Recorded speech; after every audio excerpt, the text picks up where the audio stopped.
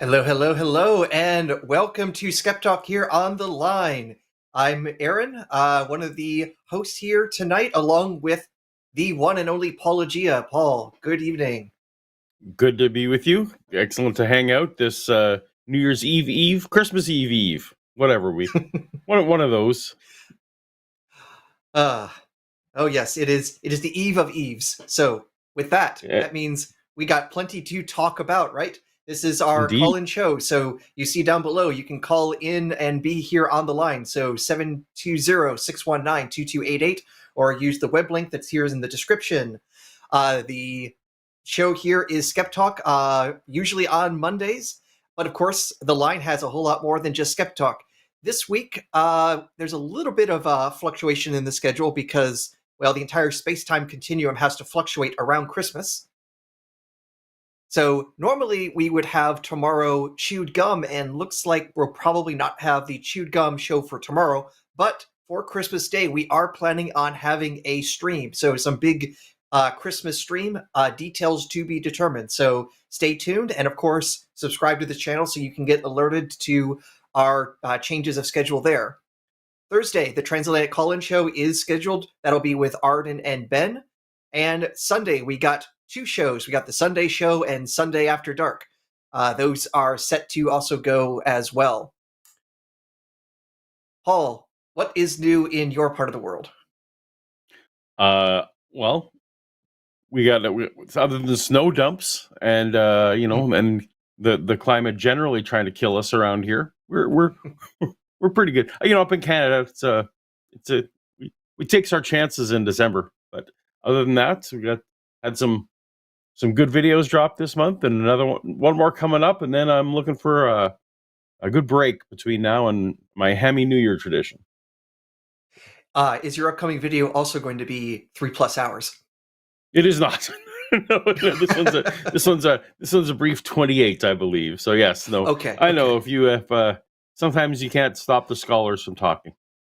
Yeah, that very day, I think I had 3 different channels post 3+ hour videos, and Oh, nice. I usually watch things at 2x speed, but still, eventually, it's like, guys, it's a long day. I can only absorb it so fast. That's right. I guess what I should do is just watch them on multiple tabs at the same time. Probably, yeah. For best absorption, absolutely. And what's new in your world? Let's see here. Just doing the normal wrap up. We actually got some snow the other day here in Boston, so we might actually have a white Christmas this time. And I honestly don't think I've had a white Christmas in almost a decade. So this is a good change of schedule. Well, we still have our white Christmases in Canada. We're losing our white Halloweens. We used to always have white Halloween.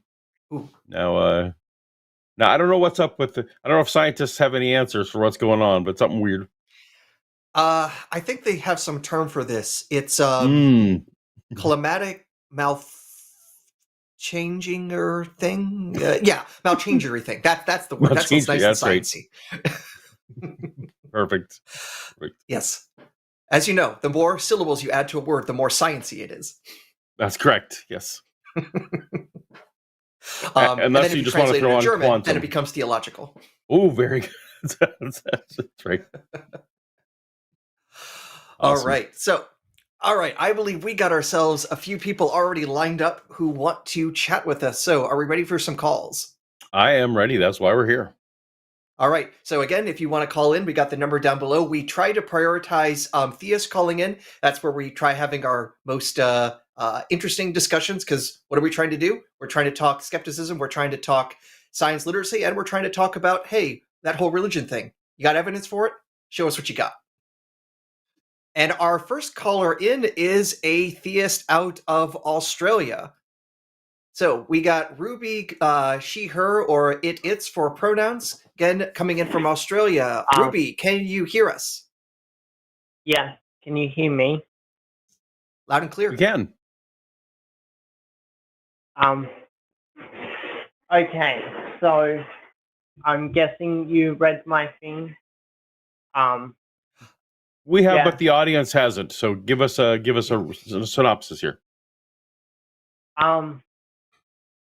The Australian Greens Party is against nuclear power, and I do you feel that the science disagrees with them on it? When you say the science disagrees, let's talk specific, because again, let's assume the audience knows absolutely nothing about this. Yeah. They conflate it with weapons of mass destruction, and they're like, oh, nuclear power plants exploding is why we shouldn't have it, because it's going to cause like cancer and stuff. Ruby, you're getting a little bit like, quiet. Can you speak a little bit? I'm just having a little bit of trouble hearing you. If you could speak either louder or closer to your microphone, that'd be great. Can you hear me better now? Yes, thank you. You want me to start over what I just said? No, just what? Start from where you were. They're like nuclear power plants having meltdowns is going to kill people, and it's on par with weapons of mass destruction because they also use nuclear. And firstly, I want to say it is a fear tactic to try to conflate them with weapons of mass destruction.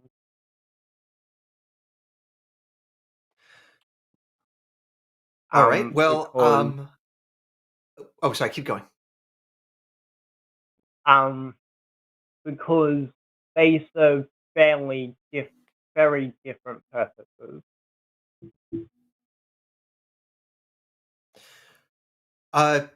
Very true, obviously, that they have different purposes. I definitely don't want my nuclear energy plant to explode. That's very much what we don't want.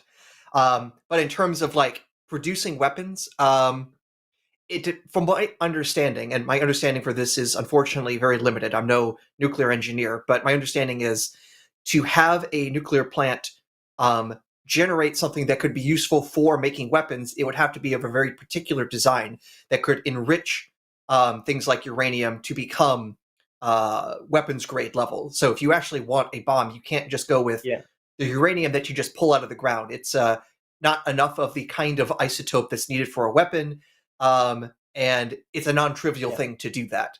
So it's not the case that if you have a nuclear plant, you also have the capacity to make nuclear weapons. That's fortunately not directly true. Though again, the details I can't argue.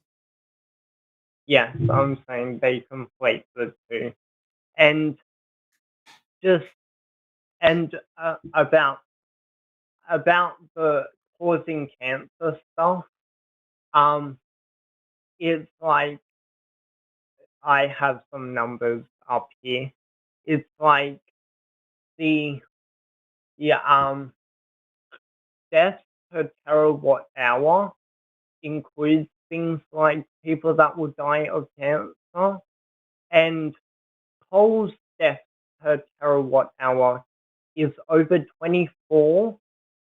Oil comes in at over 18, and nuclear power is 0.03 deaths per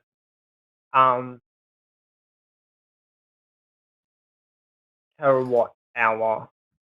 So I don't think there's precedent to say that it's going to kill everyone, and also risk of accidents for power plants is going down, like for meltdowns and stuff.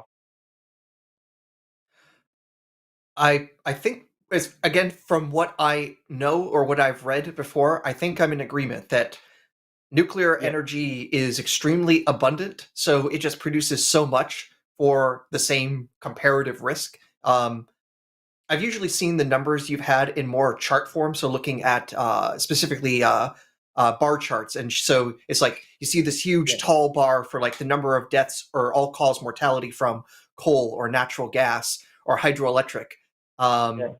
and you compare it to nuclear, and it's just like, yeah, there's no competition. That you get a whole lot of bang for the buck for relatively little risk in terms of death. And of course, people who are wondering, like, wait, what's the risk from hydropower? Well, you got to build that dam in the first place, and people have accidents when that happens. Yeah. There's even that risk with solar, because you got to have somebody go up on the roof and install the panels, and that's a risk of them falling off the roof. Yeah. Is it a small risk? Yes, but apparently nuclear even less so compared to at least how much energy it outputs. So as far as I know, I'm in complete agreement with you so far, Ruby. I guess it's ultimately a matter of letting people know about the comparative risks, because nothing is zero risk. Getting out of bed has some risk, but I think it's usually worth getting out of bed. And I mean, here in the US, I think one thing that's been kind of slow in making us build more nuclear capability is part that fear, and also apparently it's just really ducking expensive and slow to build these things in the first place.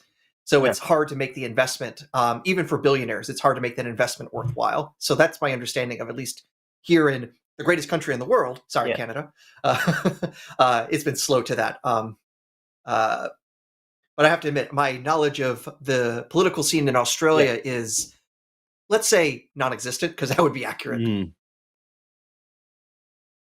Yeah. Sorry. Yeah. Did you have a question, or Ruby? Did you have a question of us or anything, or were you just wanting to express that opinion? I just wanted to express this opinion because I don't like that they're so progressive in so many other areas, but this one issue they're going to be like, no, nuclear power is basically just building nukes. One trend I do see, I have two sons who are, one is an engineer and one is nearing completion in engineering, and my eldest actually does quite a bit of study on this stuff, and he what's very promising is these small little plants, and there's a lot of big push in the last few months that both Google and OpenAI are petitioning hard to be able to build their own, to start just doing their own private for their own power, to power AI. And I'm guessing with the new administration that some of those restriction fears are going to be gone, and that you may well see some privatized nuclear power plants in the States in the next few years. And that may well, if those go well, cross our fingers, that could actually be a positive outcome, that proves these small ones that are like kind of like the size of a trailer, as opposed to the old ones that we have. So smaller scale mitigates a lot of those risks, is my understanding. So here's hoping. But if you don't have any questions of us, maybe we will move on. Yeah. Thank you for having me. Thank you, Ruby. Thank you, Ruby. And I guess I should say have a good morning, because the 12-hour time difference. Indeed. Yeah. Right, good night. Bye. Bye. All right. Okay. So you heard it first. The line says, "Go nuclear." I don't know where the status is, but I think this year as well that there was a new experimental nuclear reactor being built in Wyoming with funding from Bill Gates. It was supposed to have some other technical things that would have allowed it to also be good for more quickly ramping up and down the amount of power it could provide, because that's usually one of the issues with like the really big power sources. Because if you need to ramp it up, you can't just turn a knob. And conversely, if you needed to produce less power, can't slow it down much. But I think this new design has some ways of building that in. But again, how that all works, way outside my knowledge base. It's almost like I don't build nuclear power plants in my house. But maybe one day you'll have a Mr. Fusion, and that'll at least be a little bit easier to explain than when the FBI knocks on the door and asks, why do I have enriched uranium in my place? That's right. Yeah, that's it. Although these are all plot points from various Back to the Future films. So Yes. yes. But I think, unfortunately, much of Back to the Future has been now disproven, considering Mm. Back to the Future is now 9 years ago. Yeah, that's right. Yes. All right. On that depressing note, let's move on to our next caller. Though this one, I think, is specifically going to cheer you up, Paul, because we got Matt coming in from Texas, pronouns he, him. He's an atheist, and apparently he is a fan of you talking about Habermas. So, Matt, can you hear us? Hey, guys. How are you doing tonight? Not doing bad. well. Doing well. Hey, Paul, I wanted to ask you a quick question about your recent Gary Habermas video, which I probably watched about literally 20 times, where he admitted that, where he admitted and where you broke down how he never actually did a head count of scholars for his minimal facts. Yes. And I was wondering, yeah. Go ahead. And I was wondering if you had actually read on his website where he lays out how he did do a head count. So I was wondering what your thoughts are on that. I could read it to you if you want. If you think maybe, yeah. Well, let me tell you what I know, and you can let me know if what you said recently contradicts. How about that? Sure. So I would reach over to my shelf, but that's bad TV. So the new Habermas books, he's got a 4-volume magnum opus that he's been working on. Volume 1 and 2 have come out in 2024. I have both of them. I've read both of them multiple times, even though they're 1,000-page books. But Volume 3 is allegedly the raw data. Yeah. So Volume 3, which comes out, I believe, March or April, we will see. That will be the shoe dropping as to whether or not the data is actually there. The trouble is that he now seems to be backtracking, as I put it in these interviews, and basically saying, no, we didn't do head counts.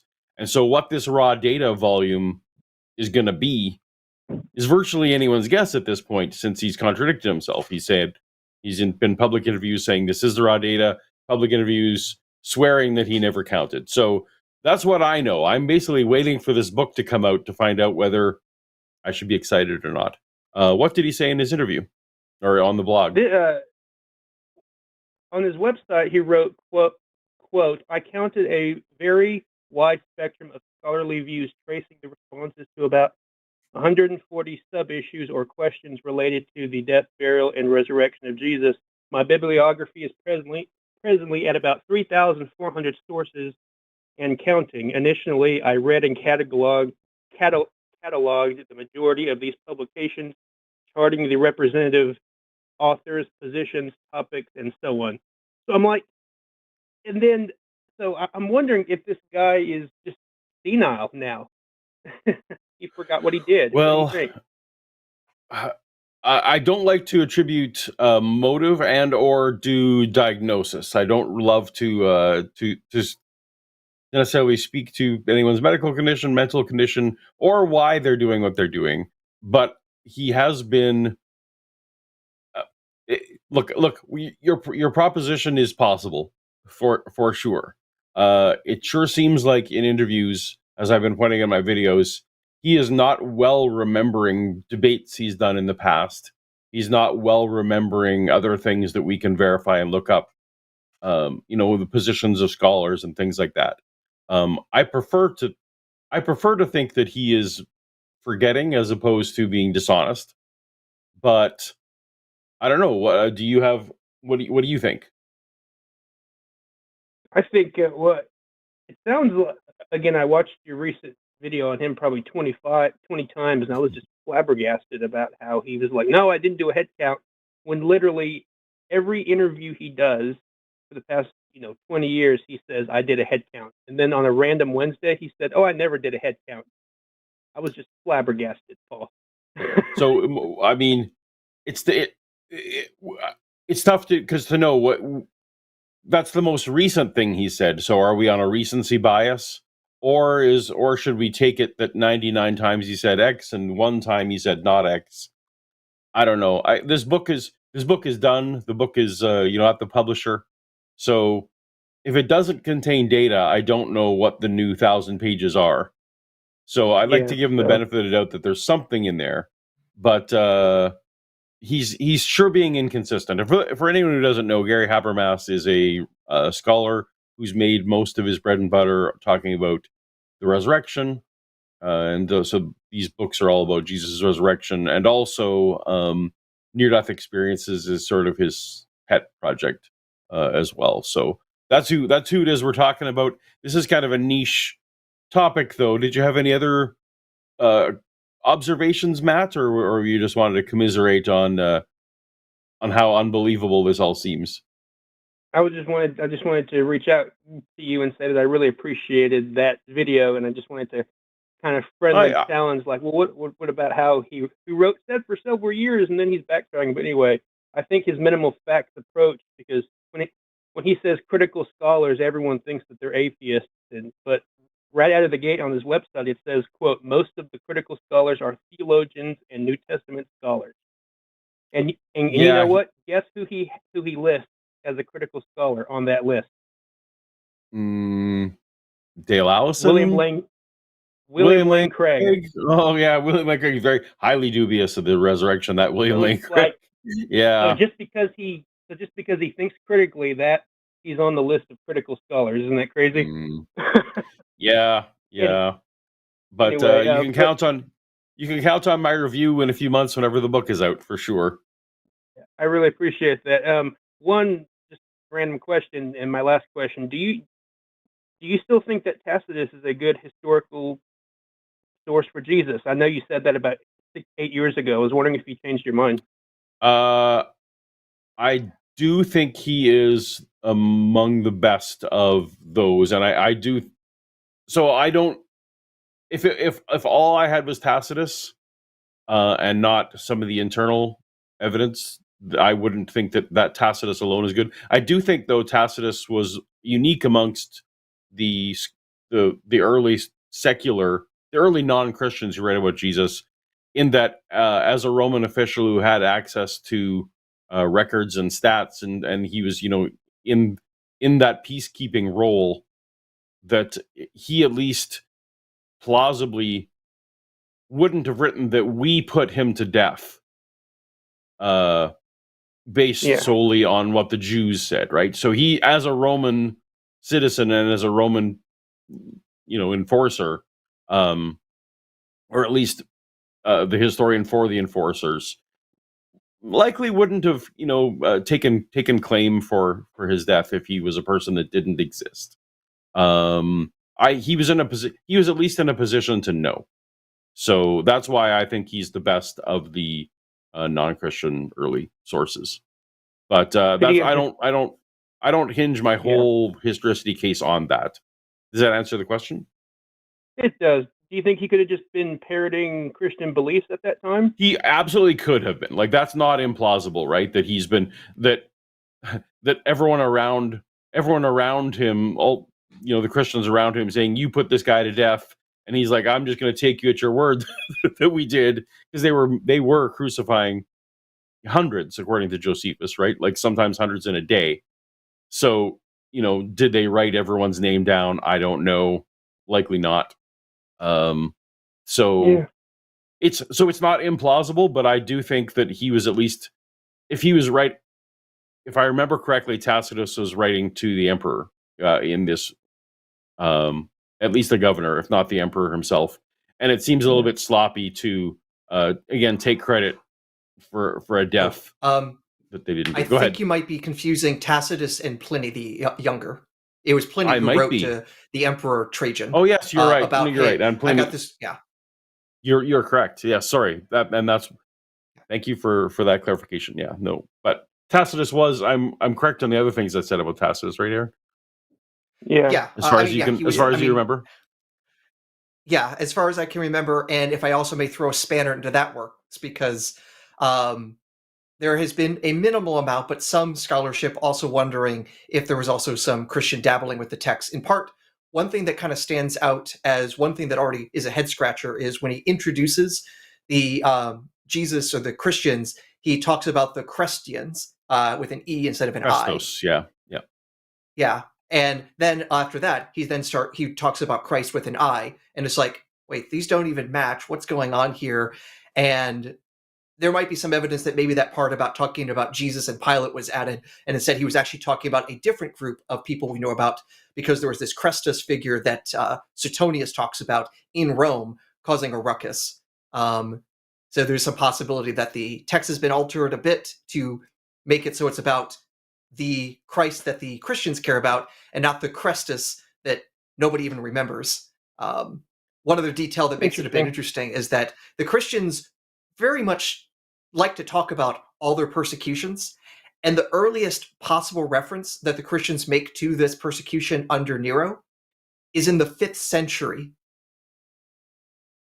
And it's hard to imagine, for example, Eusebius in the century before being the first major church historian, talking about how awesome Christianity is and how great it is that Constantine's now one of the club, and all the terrible things that the Christians had to go through, but somehow never mentioned that whole connection between the Christians being blamed for the fire in Rome and Nero going on and persecuting them. Somehow didn't seem to remember that, even though it was supposed to be in Tacitus. So there's at least that kind of evidence that indicates maybe somebody meddled with the text in the Middle Ages. But again, it's only a possibility. We don't have enough manuscript evidence to say one way or the other. So like I say, I'm just throwing a spanner even in that very minor thing from Tacitus. And as I said, if all we had was Tacitus, I probably wouldn't hang my hat just on that. But yeah.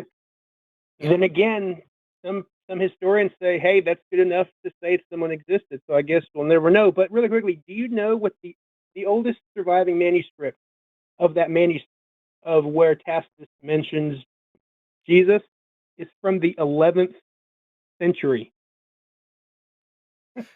That's honestly not surprising, because most of our manuscripts are copies of copies of copies, and you're much more likely to have you're much more likely to have something later than earlier, simply because of the nature of time and the nature of the climate in Europe. Yeah, that doesn't specifically bother me, but it certainly does lend itself to interpolation. More time for interpolations for sure. Yeah, gotcha. If only we knew what his source was. If only we did. Much. Although, I mean, for me, it's just pragmatically, when I'm talking to theists, it's just so much more practical to assume assuming he's a guy, I feel like is probably the default position, given the way historians work, and it's so much whether it was legends about a real guy or a bunch of legends that were made out of whole cloth isn't the interesting question to me. So I feel like it's just so much pragmatically, it's so much easier just to start with it was based on a guy. So that's kind of where I land. If an Egyptian pharaoh's name is listed on a wall in Egypt in hieroglyphics, for historians, that's enough to say that they existed. I mean, I don't know. So, well, that's the default, but history is never certainty, right? History is when you corner a historian at a party and you say, what does certainty mean to you? Like, what percentage is enough for you to say it's really certain? I've had one tell me, about 60%. If I'm 60%, then I speak about it like it's certain. So in-house, they know that this doesn't mean definitely was there. It's just in terms of, what they have to work with. That's what they have to work with. I know I would love for all these sources to be way better than they are. I might even be a Christian if they were way better than they are. So. One last Matt. Final note is that Gary Habermas says that the best book on Jesus outside the Bible on the historical Jesus is Robert Van Voorst's book. And in Robert Van Voorst's book, he says Tacitus is useless because we don't know what his source is. And I was like, oh, the game's kind of over then. But anyway. Well, you're not wrong. We're working with what we got. I appreciate it, guys. Thank you. Thanks, Matt. Thank you. Have a great night. You too. All right. All right. Yeah. When it comes to historical stuff, yeah, there's all these probabilities and many a spanner that can be thrown into the gearbox of how it For all sure. works. Because, And yeah. all the more so because when it comes to Christian history, the fact of the matter is, who got to make all the copies of the manuscripts? Oh, the people in charge. I wonder if there could be a little bit of problems along the way. So, Right. And of course, yeah, not to be a conspiracy theorist, but yeah. Yeah, well, but I mean, it's always certain, like the victors write the history, right? So Yeah. we don't know. There might have been some great polemics against Christianity from the first century that were written that was literally by Bartholomew, who was recanting, and would that get copied? No, it just wouldn't. So sadly, that's the reality. Yeah, maybe we got the testimony from Bartimaeus and talking about that Jesus guy came by, claimed he healed me. No, he actually broke my finger, and because I ran off, he thinks that means I could walk again. No, Exactly, that jerk. right? Yeah. All right. Can't Now, know. our next caller, though, I don't think will be a jerk. At least I'm not expecting to be a jerk. We got a theist caller bringing in. This is Steve, pronouns he, him, from Nebraska, if I think that's what NE is, and wants to talk about error correction codes. Steve, can you hear us? Or is it New England? It's Nebraska. Nebraska. Nebraska. Very good. Yeah. Happy holidays, Paul and Aaron.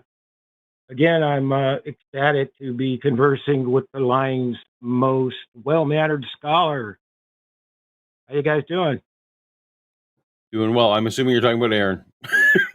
Of course, but you could be included in that as well. And I think Jimmy needs to give you guys a well-deserved year-end bonus for all the calls you've had to handle this year from halfwits, present company excluded, of course. Well, people like clicking on the half-wit, so they do provide their own bonuses in their own way. But we're hoping that you are a full wit, Steve.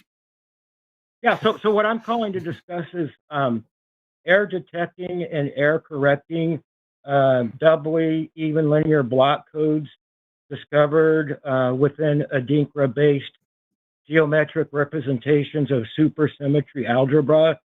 And if this error correction code were to indeed exist, guiding Planck-scale vibrating strings of bosons and their fermionic particles, does this mean we're living in the Matrix? All right. So, because I cannot say I have read this paper that you have brought up, I am at a little bit of a disadvantage, but let's go through a few things. Is this supposed to say that they found error correcting code in a version of string theory or all versions of string theory? It's the superstring theory and the supersymmetry. I believe it's in the equations used to describe the relationship between standard model particles and their hypothetical supersymmetric particles. Okay. Well, the thing is, though, if they're saying it's in supersymmetry, there's a bit of a caveat there, because when we say supersymmetry, basically every theoretical physicist working on this has their own version of supersymmetry that they work on. Okay. Basically, every theoretical physicist and their dog has a variant on supersymmetry. So when I ask about, like, are they finding this error correction code in any version, or has someone come up with a version? And because there are basically an infinite number of possible supersymmetries, that becomes a lot less interesting. Okay, I'm referring specifically to theoretical physicists. Have you heard of Sylvester James Gates? No. Are you okay? He wrote a paper called "Symbols of Power and Adinkras and the Nature of Reality." Are you familiar with that? No, and I'm now just trying to very quickly Google anything about this, and what I'm finding is like stuff from over a decade ago. So I'm not exactly sure what this might all be about. Because like I say, I haven't read the paper, and obviously Google searching as fast as I can is a terrible way to give critical analysis of science. Oh, my apologies. I thought this was something you may have been familiar with. I should have probably. Well, Steve, I'm prepared you kind of guys. curious. It says you're a theist, so I'm wondering what makes you say ... the Matrix versus ... a creator.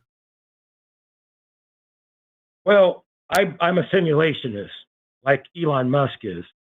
I don't claim to know who or what's running the simulation, though. So I guess it's a little stretch, maybe, to call me theist. Okay. What? I'd say I'm Let's more assume agnostic. if we assume all the science that you've presented the science completely accurately, you understand it perfectly. What about it makes us say, therefore, this conclusion of the Matrix is more likely than not? Well, if there's error correction code in string theory, and if string theory is correct, then wouldn't that imply we're living in a computational universe? Not necessarily, see- and here's why. Here's the thing. If you're saying here's some physics setup you have, and so very quickly, when we're talking about error correction codes, there are a bunch of different ways that we do error correction. Now, first off, the reason we even have error correction in the first place is we build these physical things with wires and electricity flowing through, and you got all sorts of other sources of electric fields around that can mess with your signal. So some sort of way of looking at that and repairing it back to what it was. I have to ask the question, why would you need that for the laws of the universe itself? If that's supposed to be explaining everything that's going on. So the very idea that there even is like error correcting code suggests there's some sort of outside source that introduces error, which sounds weird. Now, conversely, the way these error codes actually work is basically a bunch of math is going on to like figure out what's the most likely reconstruction going on. So if we're basically saying, hey, there's a bunch of math here that looks similar to what we have in error correction codes to make things consistent, is this just another way of saying, hey, there's all this coupling of particles and they can also be described mathematically in the same way? Then that's not the same thing as saying we've shown there's a simulation. We're just showing, hey, there's even more equivalences between things than we originally thought. So I don't think that can even be taken as evidence. And now on top of that, it has to probably be one particular version of supersymmetry, which we honestly don't have any direct evidence exists in any form. We don't actually know that string theory is right. We don't have any experimental evidence for it as of yet. And I don't know if we ever will. So if you have a mathematical kludge that exists in one version of one kind of theory that's never been proven, I don't think you could ever even begin to use that as evidence for simulation hypothesis. Okay, so why haven't they found these symmetric, theoretical symmetric particles? Do they just need a more powerful atomic accelerator, or like a more powerful version of the Hadron Collider to get this thing going? Well, so in theory, a more powerful particle accelerator could further be sensitive to particles that we have not yet detected, especially ones of extreme masses. Now, I mentioned how every theoretical physicist in this field has their own version of supersymmetry. That's because there is a way of doing supersymmetry that's like really easy, just adding like a little bit of extra term to the standard model, and that already predicted particles that we could tell weren't there. So you already have incentive to make it, more complex, add more terms, look at different symmetries or different ways of looking at the symmetries that become more and more and more complex to create even more massive supersymmetric particles. So when they build the accelerator and they don't find anything and they say, oh, it must be then the case that we have to come up with this even more stupidly massive particle. And because you can play that game indefinitely, it's almost impossible to disprove it that sort of way. If you really, really, really wanted to prove or disprove string theory, you would have to have a particle accelerator that could actually detect things down to the size of what we call the Planck length. This is theoretically the smallest length distance that can exist in physics, but an accelerator that could do that, if we accelerate things in like our circular accelerators like we currently do, An accelerator like that to have the energies needed would be, I think it's estimated like on par of the size of the Milky Way galaxy, which in other words is not in next year's funding for the U.S. government. To put it mildly. So how are we going to prove? How are we going to prove string theory? Then what's the way to do it? That's not feasible to do it that way, obviously. So how? Oh yeah, how are they that's gonna definitely not string how. theory to the So test? So, like I say, some theories do try to predict supersymmetric particles that could be detected at our particle accelerators, but so far they haven't, and so the goalpost kind of gets moved, or at least certain versions of supersymmetry get disproven, but there's an infinite number of other possible ones it could be, which makes it pretty unprofitable. But if we ever did, confirm a particle beyond the standard model of particle physics, then they'd be able to say, hey, there it is, there we go, we can move with that. Other things, potentially you can show that like no other models out there can work. So there's apparently some new observations from astronomy that rule out a lot, or at least rule out most versions of loop quantum gravity, which is one of the main contenders out there for string theory. But obviously saying that's wrong isn't the same way a thing as saying as you're right. I can be wrong in all sorts of different ways. That I'm not wrong in one particular way doesn't mean I'm right. I will make new mistakes, don't you worry.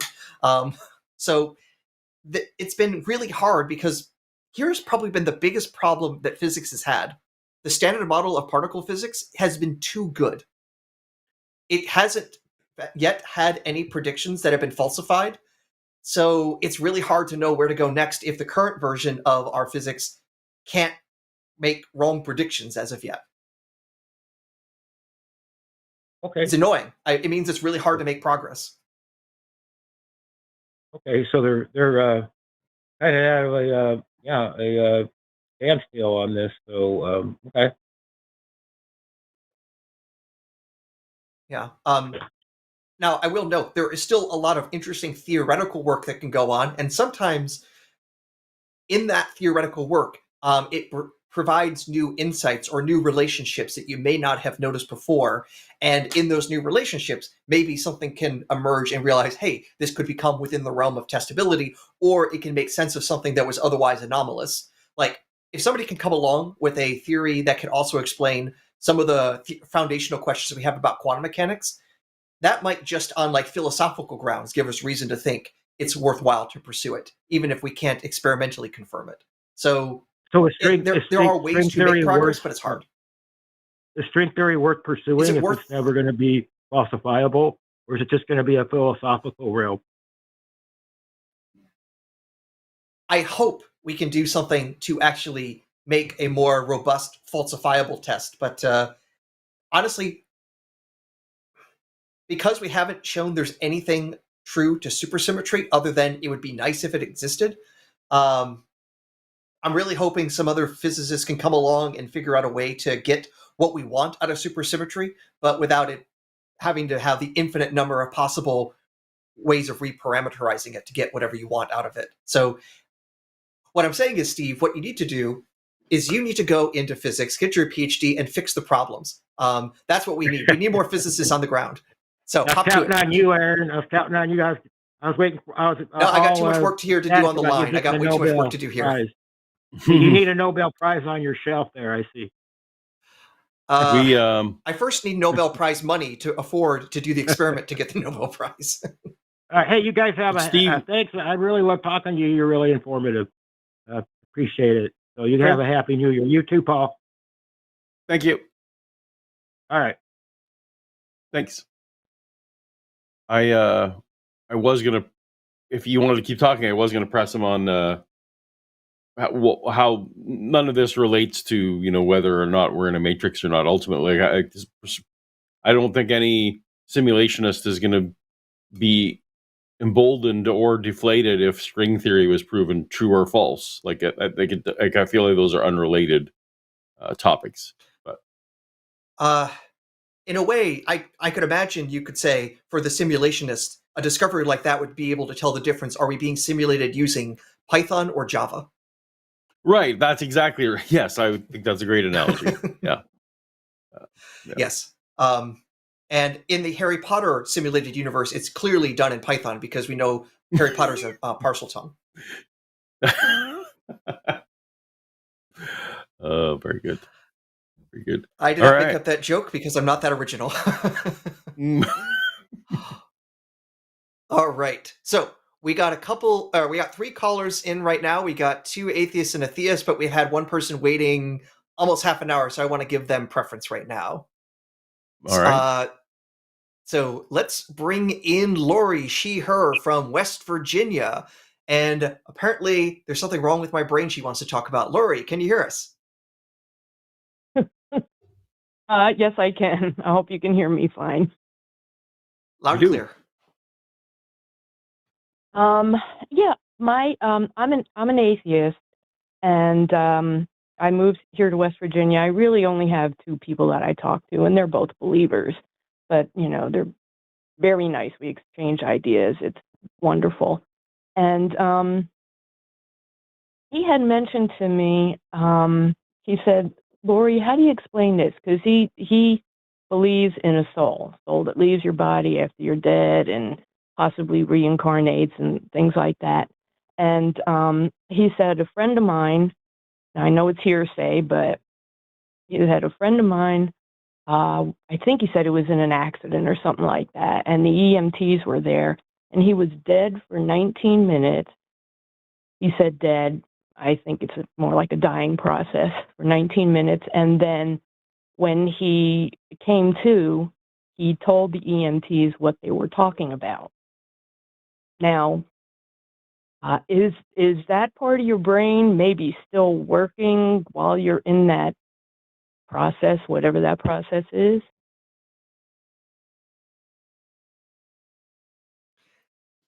I have to admit, Yes. this is not my area of expertise, but my understanding is that your brain is doing things when it's in that state, even though a lot of other signs of your bodily functions are minimized. Your brain, so long as the brain basically isn't like wrecked, it's still doing stuff. And all the more so when you come back into consciousness and then it's reconfiguring everything that had happened before. And it kind of just, well, as you can imagine, it's almost like your computer defragging, and then what sorts of weird things happen along the way. What files did it gain and lose in that process? Obviously, I'm being very unhelpful in the details because I don't know that much about brains. I believe Paul knows someone who knows more about brains, so I'll let him talk. Yeah, I live with someone who knows a lot about brains, so I get some of it through osmosis. So I definitely, I was curious where you were going to go with this one, because there's certainly the things that your brain comes up with are very. A lot of things described in NDEs, like bright lights and and seeing Jesus or seeing things. That's all very explainable just through what happens to your brain when you lose oxygen. But that's not what you're talking about today, so I won't go into those details. But definitely, your brain continues to process the inputs as you go, for sure. And the trouble is, in the medical field, that they are very loose with phrases like "you were dead" or even "brain dead," Yeah. right? Of like there wasn't actually sensors on your friend or your friend's friend, or your friend's friend, to actually determine brain states. But even so, the current scanners that we have to determine, when they say, "Hey, there was no brain activity," that is shorthand for there was no brain activity that we can measure with the instruments that we have right now, where they will generally acknowledge that if there was literally no brain activity, then you would be dead. Like that would just be it.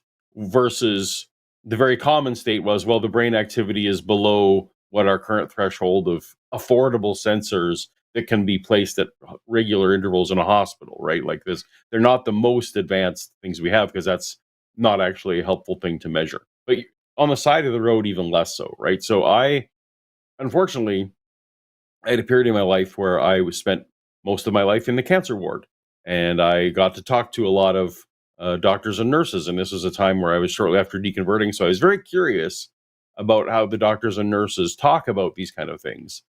And certainly, once I start get to know some of these doctors and nurses well from being there every day, they would definitely be willing to tell me, well, no, it's policy that if someone wants to think something's a miracle, we absolutely will phrase things in such a way to let them be happy that a miracle happened. Or, it's a very easy, it's when you want to explain to people, oh, you were dead. Well, they don't mean you were dead. They were basically saying things seem very hopeless. These are the kind of loose language, unfortunately, that medical staff use because it's in the best potential help to get the patients and the family through the information.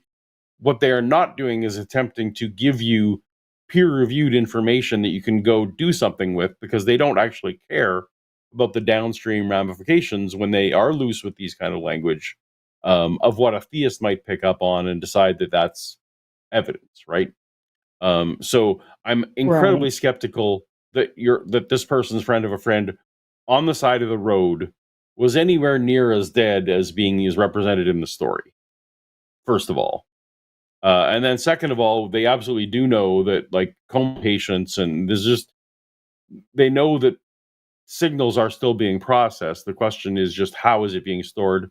As Aron was describing, when you wake up, even just when you wake up from sleeping, sometimes it takes you a little bit of time to figure out, which parts are what's happening in the room right now and which parts are from the dream I was just having. Those are all things that do happen in NDE situations. And every time I've researched in depth into an NDE, so Lee Strobel keeps writing books about this, so I keep having to investigate each and every one. And when you dig deep on the individual cases, they're very pathetic. It's to the level of what you just said. It's like, well, no, I was on the side of the road and the ambulance driver, the ambulance helpers told me I was dead for 19 minutes. Well, were you? Yeah. So I don't know if any of that is helpful to you, but you absolutely can process data. When your brain starts being deprived of oxygen, it does weird things. It starts flooding your brain with like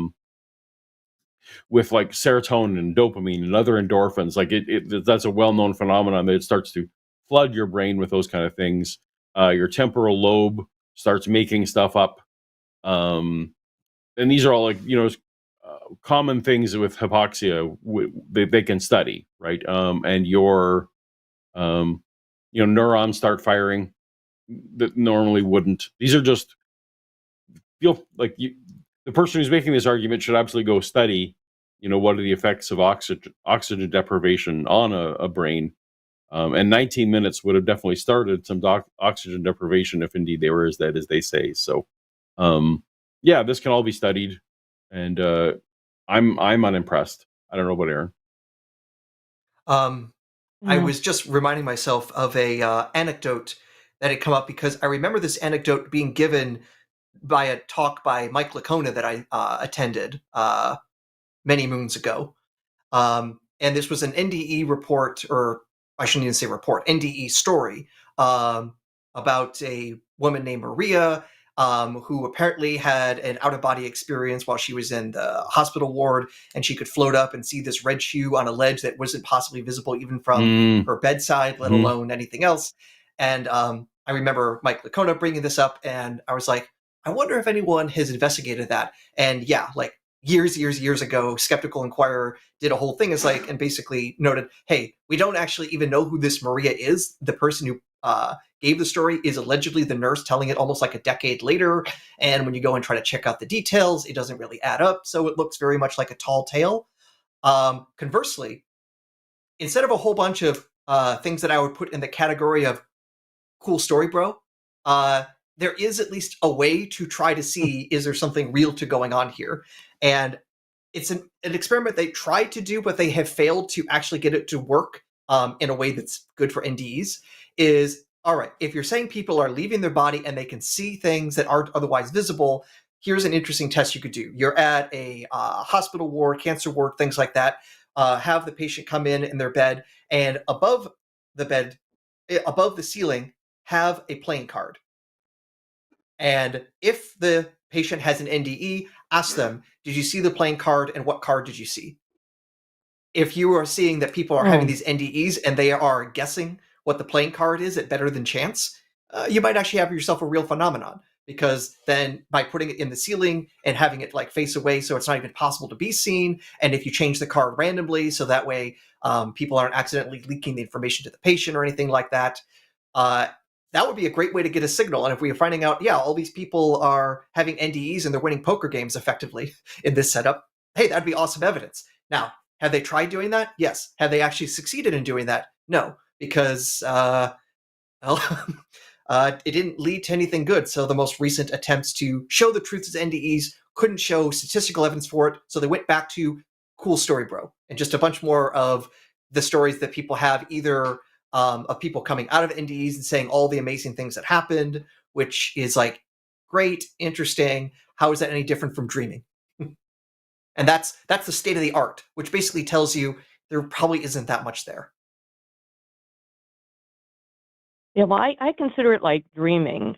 There's been a time or two where I fall asleep with the TV on, and my dream will interact with whatever's being said on the TV. I will have a dream about that. That's the conversation I hear.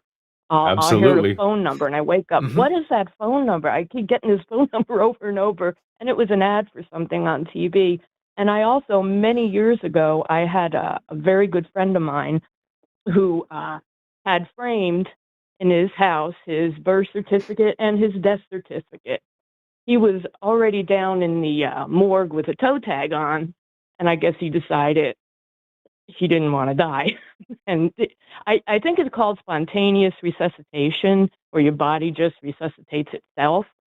But I thought that was comical. He thought it was comical too, you know. He goes, here's my birth certificate, here's my death certificate. He'd show them off.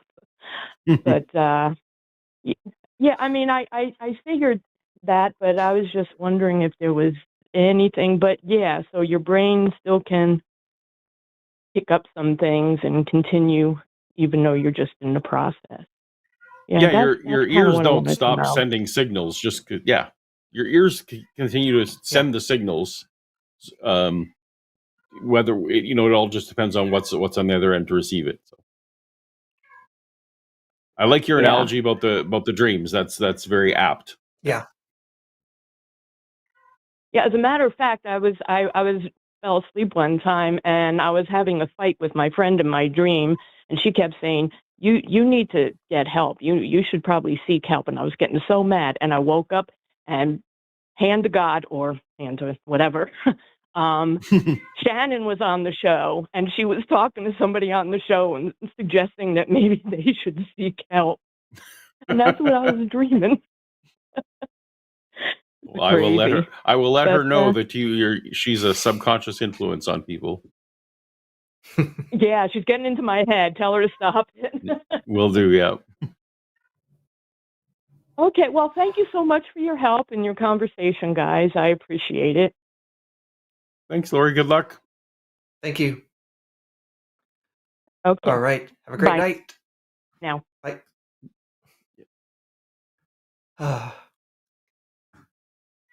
There's only a few dreams that I still remember vividly, and one of them was when I was a kid. It's going to sound pretty bad and boring. It was the opening to Fraggle Rock. That was my dream. Theme music and everything. I love the doozers.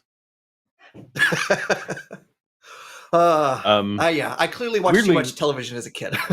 Yeah, weirdly, I'm quite advanced in age these days, but still, whenever I have my vivid dreams, like the dreams I end up remembering, I'm almost always in Bible school for some reason. Like I'm always back in my. It always starts.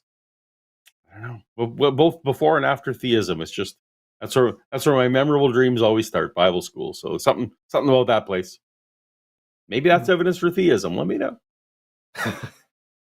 Well, I haven't had dreams like that, probably because when I went to Sunday school, it was just too boring to even worth remember. Yeah. On the other hand, now, quick reminder, theists, we love it when you call in. Down below, that's our number, 720-619-2288, or web link in the description. This is the line. This is SkepTalk. Want to defend God? Want to defend some contrary science opinions? Let us at it. we try to give priority to theists. And of our callers in the queue, we do have a theist coming in all the way from the United Kingdom. So All right. let's bring in Adam. He, him, wants to tell us all about love and proof of the Almighty because of it. So, Adam, can you hear us? Yes, I can hear you. Welcome. All right. Yeah, hello, Paul and Aaron. Hey. Good evening, or good late evening for you. Yeah. So just to let you know, my religious background is Catholic, and Okay. I thought of calling in to present what is hopefully a fresh topic. I'd like to present to you the Christian view of love, which includes that love is not a material thing, so in keeping with the title of your show, but a metaphysical thing, and to also ask both of you how you understand love. And building on that, I would further claim that Christianity's explanation of love serves as comparative evidence for its truth, as it's more encompassing of spiritual reality when contrasted to other models of love, such as religious models, as well as naturalistic models. Obviously, love is a mystery, and most, if not all, people want to understand it.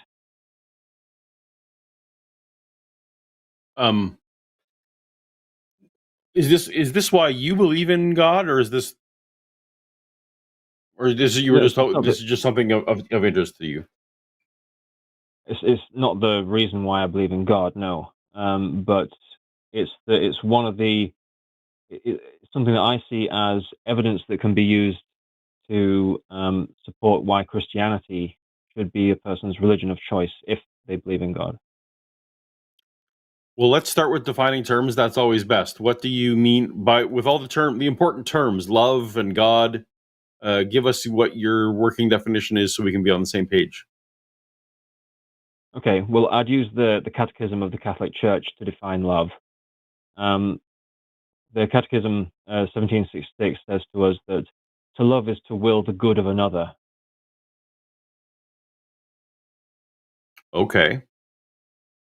So, do you agree that... Do you believe in evolution?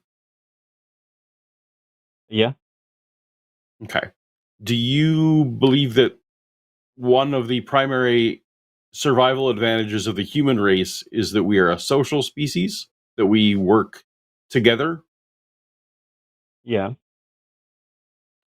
Okay. So given that, would you agree then that as we evolved as a social species, that empathy would be a survival trait that would be favored? Empathy, yeah. I mean, if you define empathy in naturalistic terms, but it's not actually how I would define love, though. Okay, but you just defined love as wanting. Oh, give me your definition of love again, just in case I've forgotten it. Yeah, so it's the definition that the Catholic Church gives, which is to will the good of another. Okay, so what is the difference between empathy and your definition of love? Well, empathy on a naturalistic framework, empathy would just be a kind of transactional thing where you're just doing something that really supports yourself at the end. Like you're supporting the group so that you get supported.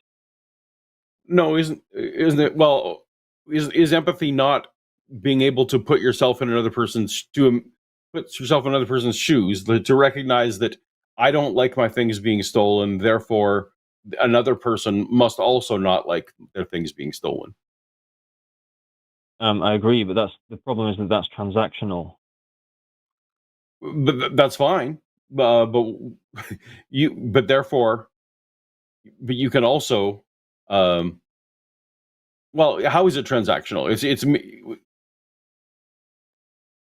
Tell me what the clarification. What's the distinction with the difference that you're making there between transactional and your version of love? Okay. Well, I'll explain. I'll just expand on the Christian definition of love first, and then I'll come around to Okay. how transactional behaviors don't really fit into that. In Christianity, love has two manifestations, which are sacrifice and forgiveness. So anything outside of sacrifice and forgiveness isn't love. And as you probably know, the symbol of Christianity is the crucifix. And so there you have represented both sides of the coin of love. There you have Christ's sacrifice of his body and his blood on the cross, and then you have the cross symbolizes forgiveness, God's forgiveness for mankind, to allow mankind into heaven. There's also in the Catholic Church we also have the Divine Mercy, which is this painting of Jesus with his heart exposed, and out of his heart are these two rays.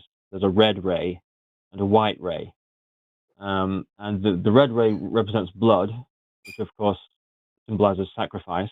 When something loses blood, its blood only comes from it, so that has to be a kind of sacrifice. And the white ray represents water. Of course, water represents forgiveness, because when you forgive someone, you wash them. In your mind, you wash them of their moral failures. And so, are we getting to the distinction? I don't really need.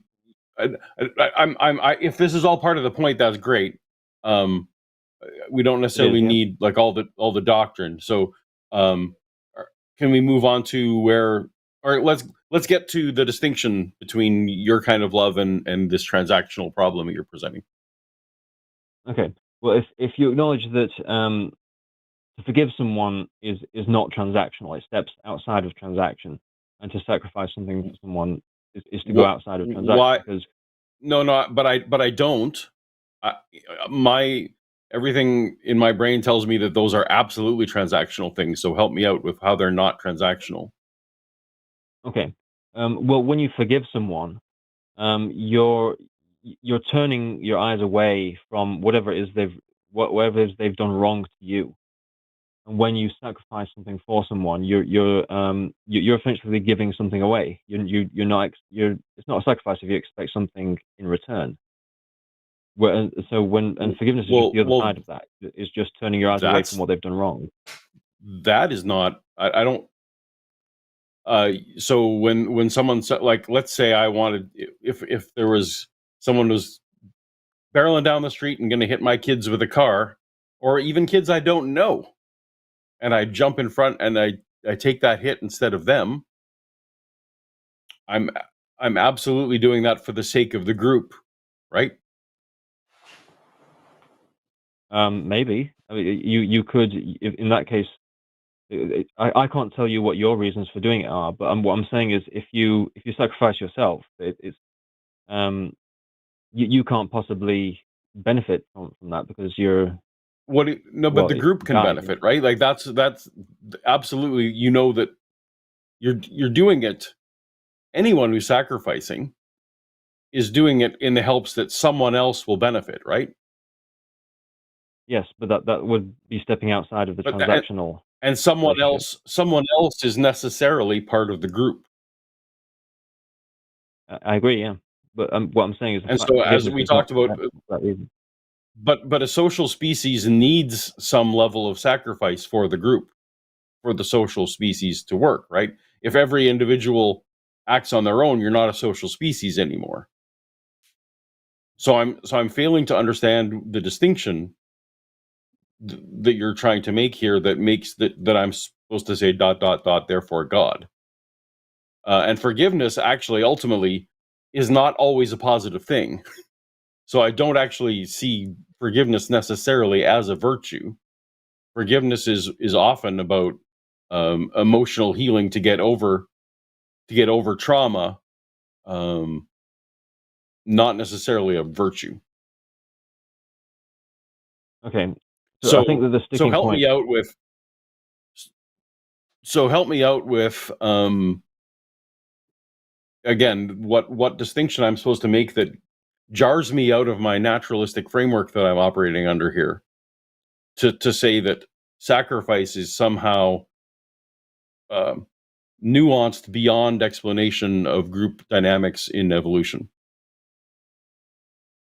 Okay, so I think the first thing I kind of have to say is basically we have to be careful not to project our own non-transactional attitudes, which we definitely have, onto some a theoretical system, so some kind of theoretical naturalistic system. Obviously, we are a part of a naturalistic system, but we have to be careful not to mix together what our own, the way that we understand ourselves, with what naturalism might actually consist of. So Have I done that?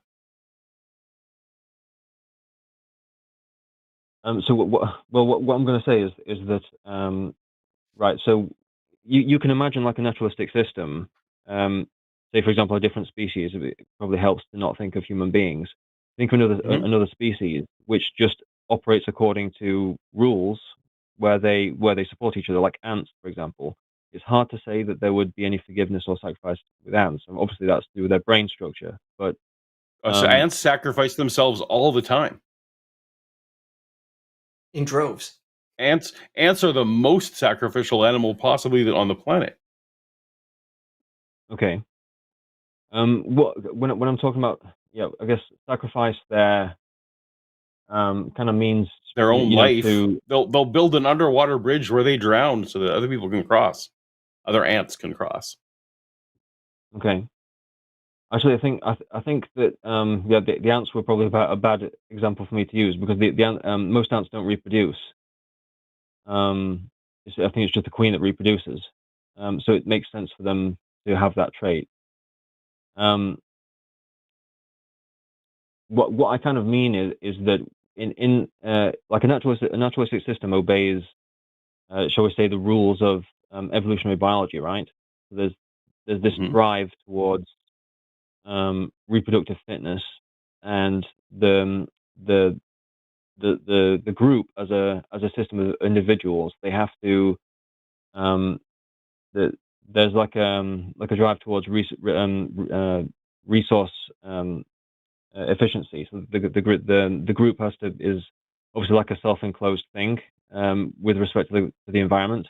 Like each group of organisms has an interaction with the environment, and that group is trying to maximize its resources from the environment, right? I'm not sure maximizing resources is the right phrase for it, but it is survival, ultimate survival, and then on top of that, thriving once they're past the survival threshold. Does that change your point at all, or is it we're saying the same thing? What do you mean by passes a certain threshold? Well, once a group of organisms is no longer like on the cusp of dying, they do aspire to more. They aspire to thrive, right? Like they actually want. They'll have even more kids, and they will actually want better quality of life. And I don't just mean humans. Other species will prefer to have a better life for themselves and for their offspring, and subsequently their whatever tribe they're in. And tribe is a very flexible, from family unit through to the entire species as a whole. We're definitely able to observe social species once they're not on a will I live or die today, they move into a thrive mode versus. But I'm thinking we might be saying the same thing. I just wanted to check. Yeah, so obviously I agree with R selection and K selection, but I think what's constant over both is that obviously the group is just gonna reproduce more if they get more resources from the environment. They'll just reproduce more, right? I would agree generally with that. Yeah. Yeah. So the problem is that resources act as a constraint on the group, and it also acts as a constraint on each individual. So for one of the individuals to sacrifice something for another individual in the group, it kind of implies that the recipient is kind of underperforming, and so the underperforming individual is actually more like a genetic burden onto the group. So it just raises the question: why would naturalism select for that kind of empathy, that kind of non-transactional sacrifice. What I'm trying to say is that on naturalism, it depends on a definition of empathy, where you're defining empathy as just, like the ways that the means of cooperation that the evolutionists selected for. That's kind of what I'm trying to just draw a distinction. The distinction that you're asking for earlier is this kind of naturally selected for means of cooperation with non-transactional sacrifice, which doesn't really seem to have anything to do with driving towards a naturalistic or reproductive end. Do you disagree that in a social species that the needs of the many outweigh the needs of the one?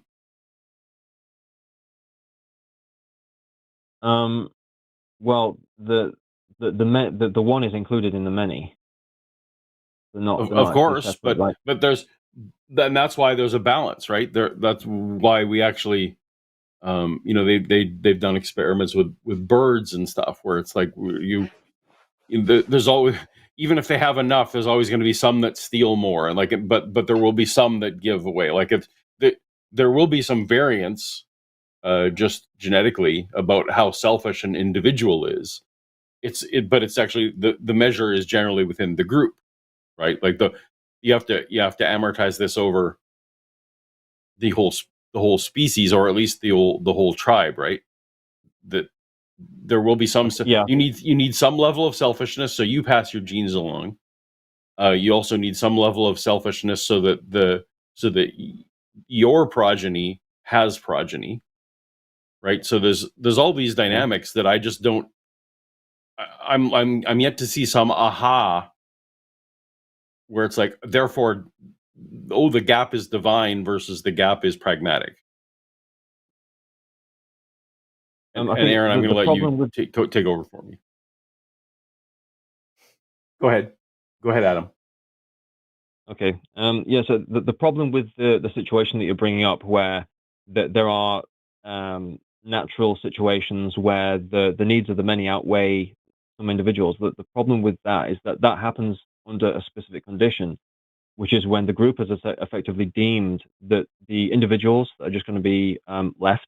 They've kind of proven themselves to the group to not be worth genetically reproducing. There's some kind of mechanism. Okay, so you're assuming that every transaction that the creatures have perfect knowledge about what the outcomes are. What I'm saying in general is that these are both sacrifice and being selfish are necessary survival traits that will be selected for, and therefore creatures will have these traits. The creatures don't necessarily have to act on those traits in a perfectly survival of the fittest mode, right? If empathy is a thing that humans have and or other species have, they may well act empathetically even if it's not necessary for their survival. That's all that we're saying, is that these are traits that are easily explainable via evolution. And humans are not any longer in a mode where we are what's the right phrase, where we're actively involved in survival evolution any longer, right? I'm wearing glasses. I'm correcting for things that in previous generations would be selected against. But I now have children because I had glasses and I was able to survive. These are things that we're no longer in that realm. So humans' empathy, or even other species' empathy, the way we act now, doesn't mean that every single transaction, as you call it, is directly benefiting the next generation necessarily. These are just traits that we've inherited and ran with. Okay, so I mean, when you said something like sacrifice can happen because sacrifice or selfishness can happen in the natural environment. Of course, what I'm going to say, I agree, but as long as sacrifice is defined in a transactional way, or in a way that obeys the rules of having to conserve the resources of the group and having to screen out genetics that are not conducive toward the continued survival of the group. So the question that I'm asking is whether or not evolution supports the inheritance of those kinds of sacrifices we understand it in a non-transactional sense. Well, I'm not So if I may currently jump in convinced. at Go ahead, this Aaron. point, Please do. Please yeah. take So over. yeah. So to me, it sounds like to say something is non-transactional is basically another way of saying there's no possible benefit from doing this action. Is that fair to say, Adam? For the individual, yeah. All right.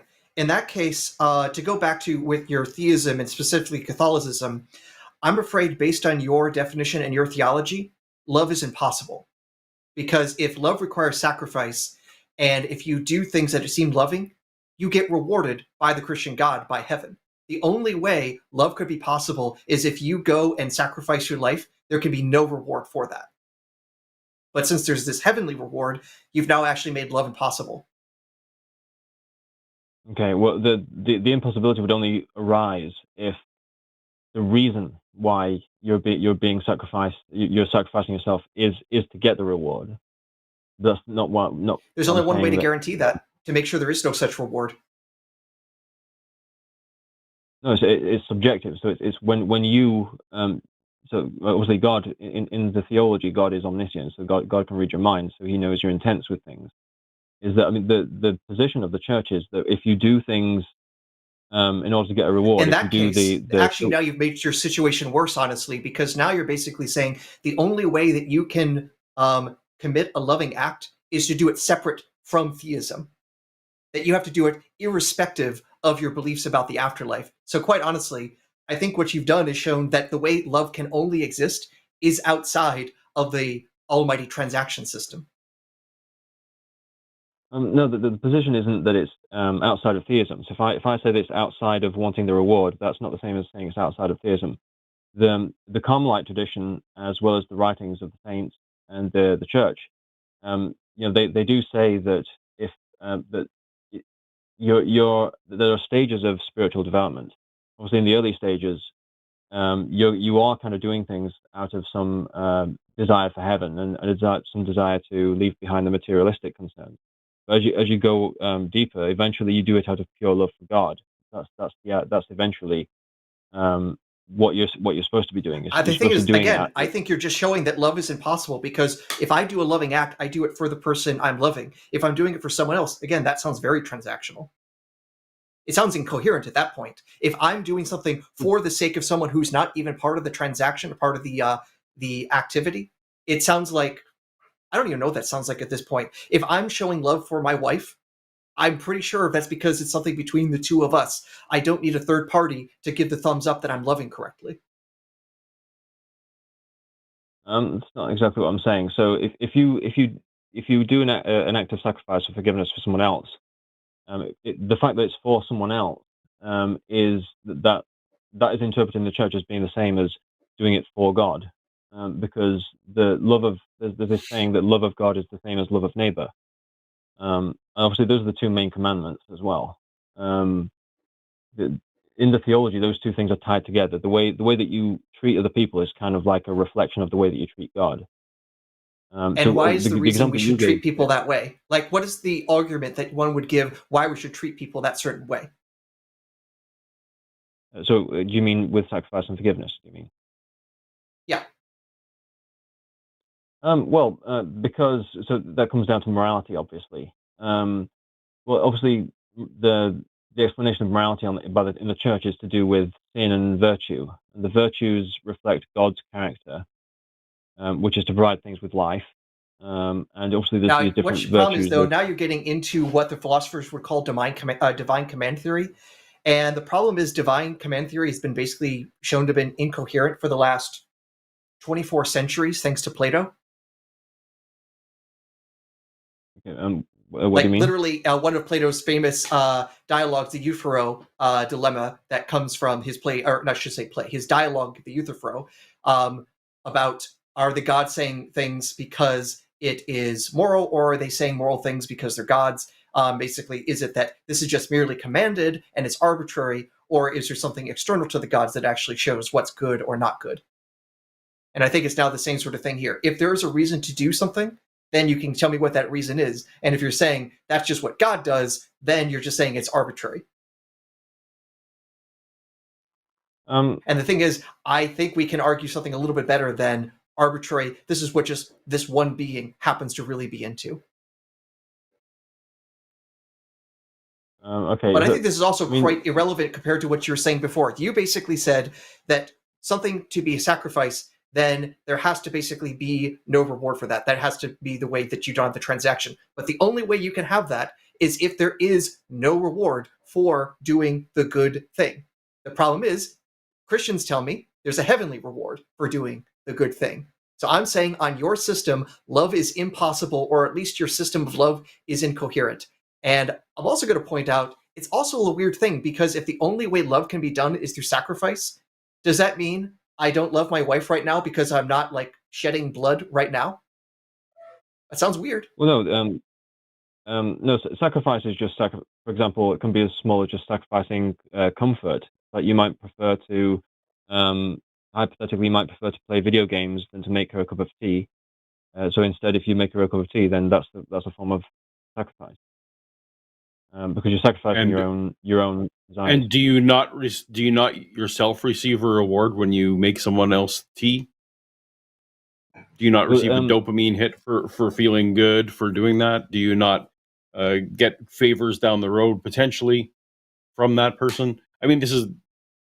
I'm just curious what you might give. Do you have an example? Do you have an example of such an act that is purely altruistic? Say, for example, if there's a homeless person and you have some kind of some religious belief that if you give away some money, then that's a commendable thing. The homeless person obviously can't offer you anything. So, also, here's the thing, though. If I give a homeless person money, I actually feel good about helping them at least a little bit. And that can also be a reward. So it seems like, again, to really make this a sacrifice, I have to give money away and feel bad about it at the same time. Yeah, but that's possible. Like, so if say, for example, if you're someone who really dislikes, for example, Trump supporters, and you realize the homeless person's Trump supporter, and then you could hate every single second of what you're doing, but what you're doing would still, donating that money would still fit the definition of love on the Catholic Church. It's to will the good of another. So it's about will. It's not about feelings. So it's but in this scenario, are you not? Isn't your reward, as Aaron pointed out, forget the rewards in heaven, but isn't the reward you got that you did something that pleased God? Like you're basically. People pleasers do things all the time because what they want is affirmation. It sounds like in that scenario, that was someone who wanted affirmation from God. I think that the relevant distinction here is between reasons and consequences. You're bringing up receiving a reward as a consequence of the moral action, whereas what I'm saying, what the Church says, is that what's important is that your reason. I understand, but what we're looking for is this gap that should convince us that you said, basically you opened this up by saying love and the existence of this love is evidence that there is something beyond materialism. And right now, I have yet to hear anything that should make me think, and I could be incredibly wrong, and I'm hoping that you can give me this answer. There's a gap between what I'm thinking about as love and what you're thinking about as love. And I'm still anxious to look for what that gap is. And you've identified various things, and Aaron and I keep saying, well, no, it still seems naturalistic to us. So what are we missing? I think that's what we're looking for. What are we missing? Well, which question were you pointing to now? So you were asking before about what the gap is to thinking that the gap between the kind of love that we see as fully explainable by materialism and what you're imagining that says love isn't explainable by materialism. That comes back to the kind of distinctions we were making earlier, where a natural, like an evolutionary system, so a biological system where genes are inherited and everything's constrained by resources, the kind of rules that the psychology of the species obeys is concerned with conserving resources and screening out quote unquote bad individuals, or like individuals with phenotypes that indicate lack of fitness. That is how Under the those system conditions, operates, but that's not how individuals operate, right? I'm sorry. We could you went repeat over that. We went over that. So that is how the system overall operates, but it's not how individuals and individual actions operate. The system allows for the fluctuate. The system allows for the fluctuation. I don't understand how right. So any fluctuation is just going to be detrimental to the system. No, it allows, like you can absolutely have selfish lions that go around and kill the cubs of their brothers because they don't want the competition. But that lion ends up getting shunned when they do that too often, right? So absolutely, some of the individual actions were detrimental to the group. Or we have in our history, we had Germany who went a little bit rogue for a while there. But, as a system, the rest of the planet wasn't just going to say, well, this is fine, let's just let that happen. The rest of the planet eventually came together and said, maybe this isn't going to be good for us. So, like, there's macro level. What you're talking about is true at the macro level, but we don't need it to be true for every individual action. Yeah, but what you're arguing is that empathy, the kind of empathy that you believe is normative. Like you're arguing that it's distributed across the whole group, not that it's just some kind of aberration. No, my argument is my argument is that the empathy that we feel, and I've yet to hear a difference between love and empathy, is explainable as a survival trait in social species. And everything you described, even with your sacrifice, still seems explainable as a survival trait for groups. You haven't given me anything yet that makes me say, oh, well, that's outside material norms.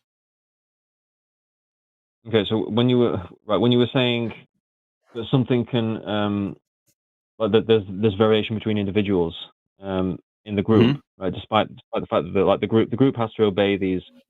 As far as I understand, you've agreed with the model where the individuals of the group are subject to scarcity with resources, and as a result of scarcity, they're subject to this kind of screening at the group level, where if they're defective, then they don't reproduce. Are you saying that it's empathy that's normative across that, or that it's selfishness that's normative across that?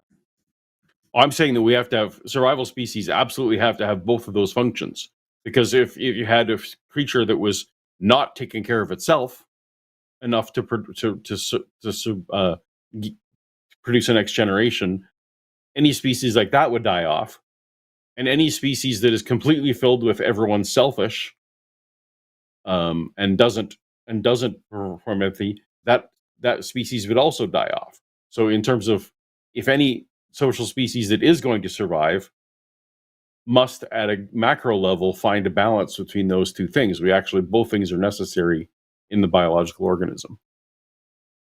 Yeah, but I mean, I agree that there's a balance between the If two. I may also, just because, this is kind of a question of what are the facts on the ground. So I was quickly trying to do some searching through the scientific literature, and here's a paper, and this is looking at non-human species, I believe. In intergroup conflict, self-sacrifice is stronger among pro-social individuals, and parochial altruism urges especially among cognitively taxed individuals. This is from Frontiers in Psychology 2015. So just to point out that there's actually research out there to explore the question of these sorts of things. Can we find examples of self-sacrifice even in non-human animals? Does it actually show advantages for the group when that exists? And there's evidence pointing out there. So I don't think there's really much reason to debate whether there would or would not be I'm saying when I do a quick literature search, the evidence is already there that that's what does happen. Okay, but the question is whether or not self-sacrifice there, just of course it benefits the group. The question is what was the mechanism by which that happened? Was the individual in question just defective, and it kind of triggered some kind of function in the mind of the self-sacrificing individual, where all right, you've got to sacrifice yourself now to benefit the genetic integrity of the group as a whole? Because that's normally the explanation that I get. Or it could be that there's a matter of kin, because here's the thing: when we're talking about protecting, very often we're also talking about protecting one's offspring. That clearly is going to be carrying genetic lineage. Even if you're sacrificing someone in your group, you're probably then sacrificing yourself for the sake of cousins who have a lot of similar genetics to you as well. So fact of the matter is, if you are sacrificing for these rather small groups, which like our early ancestors would have been in, you're basically sacrificing yourself for your offspring or close cousins. And so, yeah, there's still a genetic inheritance that way if you are a kind of self-sacrificing individual, and those sorts of genes then would get transmitted. So you say they would or wouldn't get transmitted? Would, because you have that genetic similarity to other people in your tribe, sometimes even your actual kin, your actual offspring. Okay, but it's just a group of similar alleles and genes that get passed on. It can't be That's evolution. Those of the individual itself. Yeah. Individuals don't evolve, though. They pass on their genes, and the genes that lead to more successful groups are more likely to continue, persist, and evolve. Yeah, but anything that evolves had to have a living ancestor. Like it can't have had an ancestor that self-sacrificed before it got to the chance. Here's the thing, though. Individuals, here's the thing. We're both individuals, but if you look at us genetically, we're like 99.9% identical. You'd have to check really hard to make sure that we're not clones, which means if one of us survives and carries on genetically, a huge amount of the same genes gets passed on. And especially so if we're talking about small tribes where the people who survive are first or second cousins, or even your direct offspring. So literally your genes, your direct genetic code being copied out and sent into children. If that survives, then obviously your genetic legacy carries on. And so again, that would show evolution advantage if an individual sacrifices themselves so that way their offspring survive.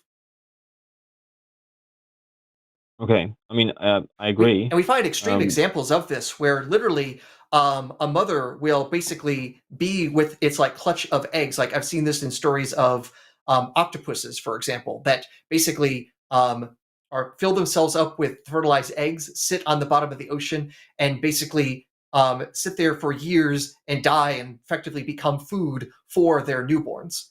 That's the ultimate form of self-sacrifice I can think of. Okay.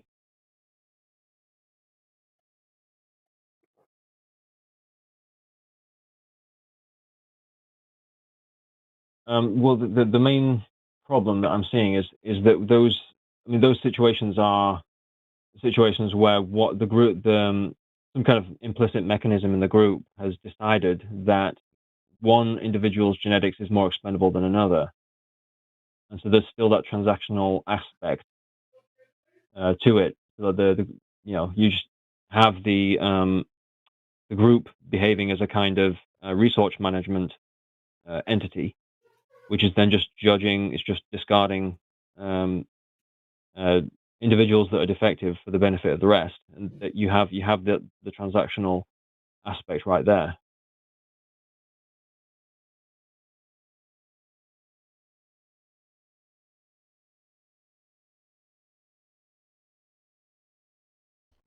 Adam, hang on a moment. Hello? We're having some tech problems.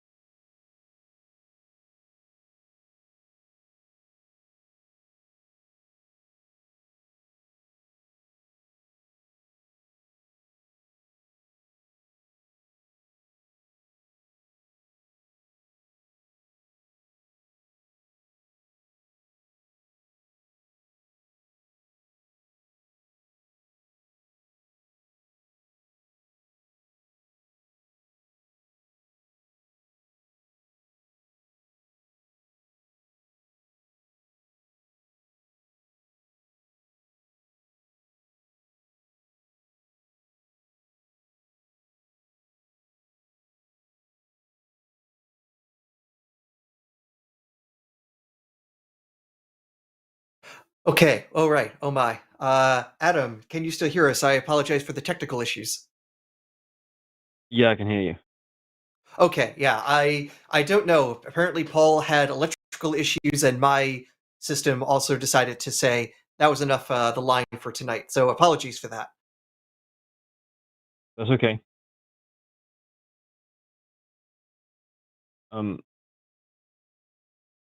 Anyway, it was a nice conversation. It's a shame I couldn't get on to the part where I was going to talk about the Eucharist or anything like that, or to argue that love is non-materialistic. But I think there's plenty to think about there.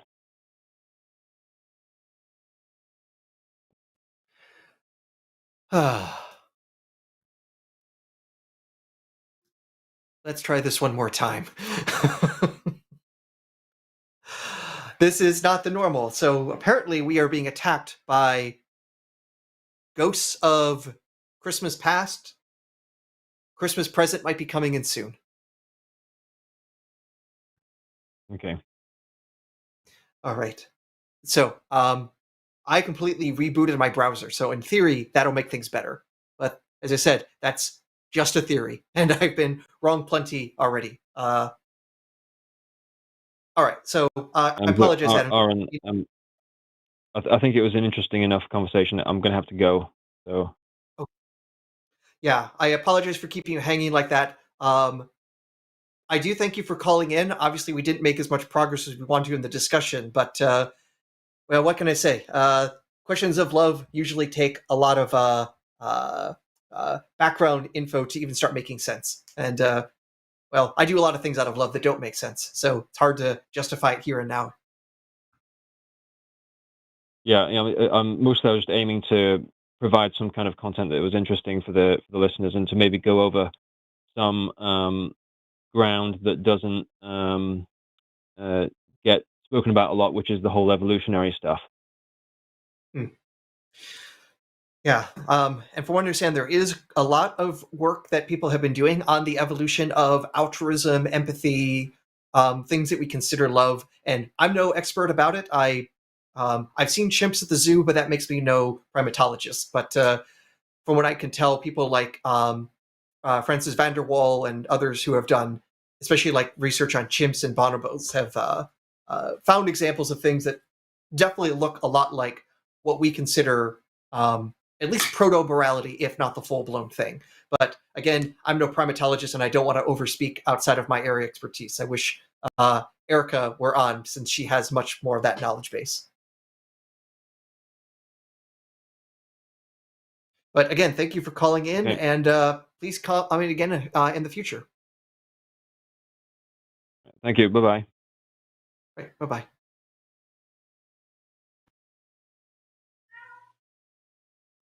Hey, everybody.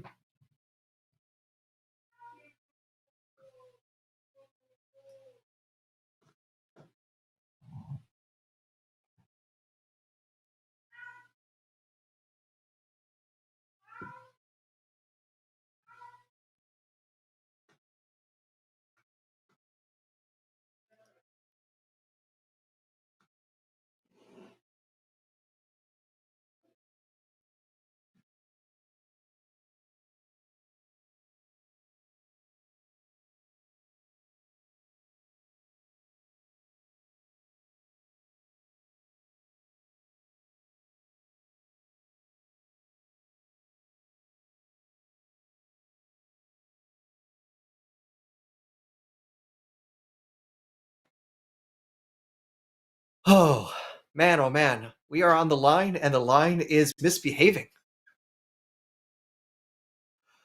Apologies for that, audience.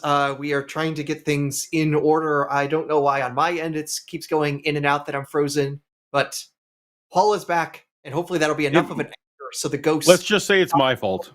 I don't know what's happening. We had a brief power outage here, a little blip enough to make my computer go bonkers. Sorry about that. I'm without explanation for the weirdnesses, other than I believe our tech people said it is Christmas ghosts. They come out this time of year. But I hope that won't I stop hope us from taking one more caller. Maybe. All right. I don't know. Well, I hope we were able to end the last call well. That was a fun call. I tried my best to. And I'm hopping back in. Yeah, that last call dropped somehow. Oh, they dropped. Okay, because there was a All right, caller so who we're wanted gonna- to ask about black holes. So we'll right. super chat. Is that what we'll do? Oh. That would be better because, I mean, I like to talk about black holes, but without the caller, it just sucks.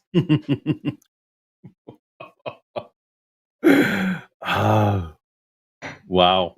Well done. That's what I get paid for. Who's going first? You please, go ahead for it. $5 from Monkey at Typewriter. Wasn't Canadian Christmas like last month? And they call it Mounties and Boxes Day, and gifts get brought by drunken moose, right? Hashtag Canadian racism. Yeah. We're getting a lot of that these days. Yeah, no, that's our Thanksgiving. We do Thanksgiving early. We do Christmas at the same time because, as we know, Jesus ordained it. So, but I love the Mounties. I'm going to start petitioning for right at the same time as American Thanksgiving. We should have a Mounties and Boxes Day. I think that's a great idea. At the very least, you need to have a Dudley Do-Right Day. That's right. All right. We got $20, 20 Australian dollars, I think, from Tammy B. Just a donation. Don't need to read in Super Chat. Too late. Nervously laughing. We appreciate you, Tammy. Yeah. $5 from Gemnico6. Why did the American fishermen visit Canada? Just for the halibut. Hashtag Canadian puns. Very well done. Very well done.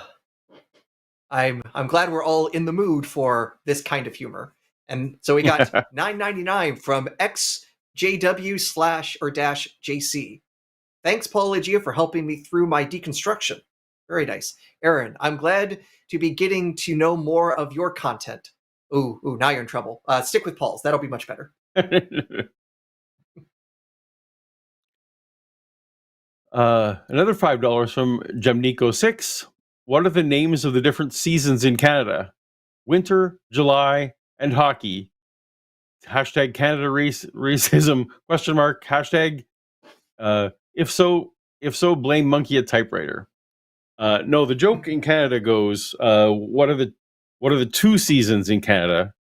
And we have winter and then poor tobogganing, which I guess I should say poor sledding, I guess would be the I don't know if tobogganing is even what you get would know, but yeah, it's sledding basically. Oh, it's a known term. Okay, very I'm from good. Michigan Yeah, originally, and we also have a similar joke. There's two seasons there are two seasons in Michigan: winter and road construction.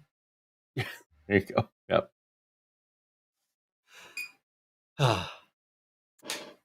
All right. Do we have another super chat? Did we reach the end? Oh, there we go. Nope. We still got another $5 from Janico6.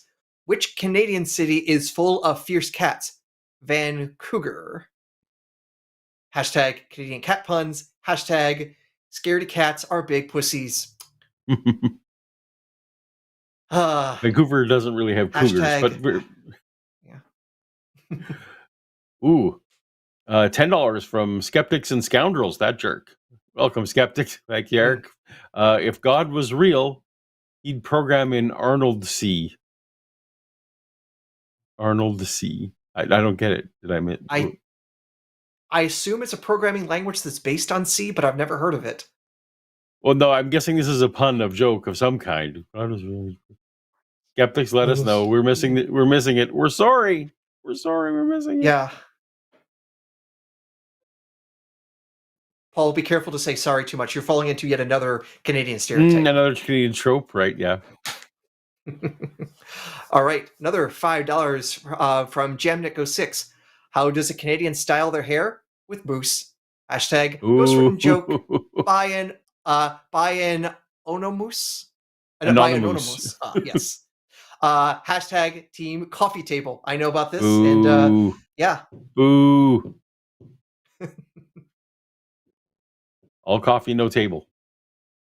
All right. I would think that's a big moose steak. $5 from Monkey to Typewriter. In this holiday season, remember fires are common. One of the key dangers in a fire is encouraging obstructions during an exit, like coffee tables. That's correct. Thank you, Monkey. That's yet another problem with them. But Monkey, where do you keep all those typewriters except the coffee table, which you're using? All right. All right. We got $5 from Stina. I do not know if I'm pronouncing that right, so apologies, Stina. My kitty says meow to your kitty. We've been hearing your cat. Is that my kitty that's currently... I don't know if you guys can hear my cat. My cat's in heat, so yeah. She's having quite an evening.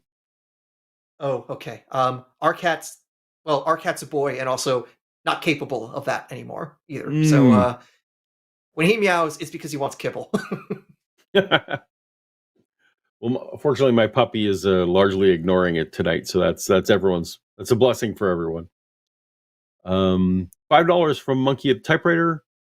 The religion where the wages of sin are a debt paid by a savior figure, leading to final judgment, is definitely not transactional.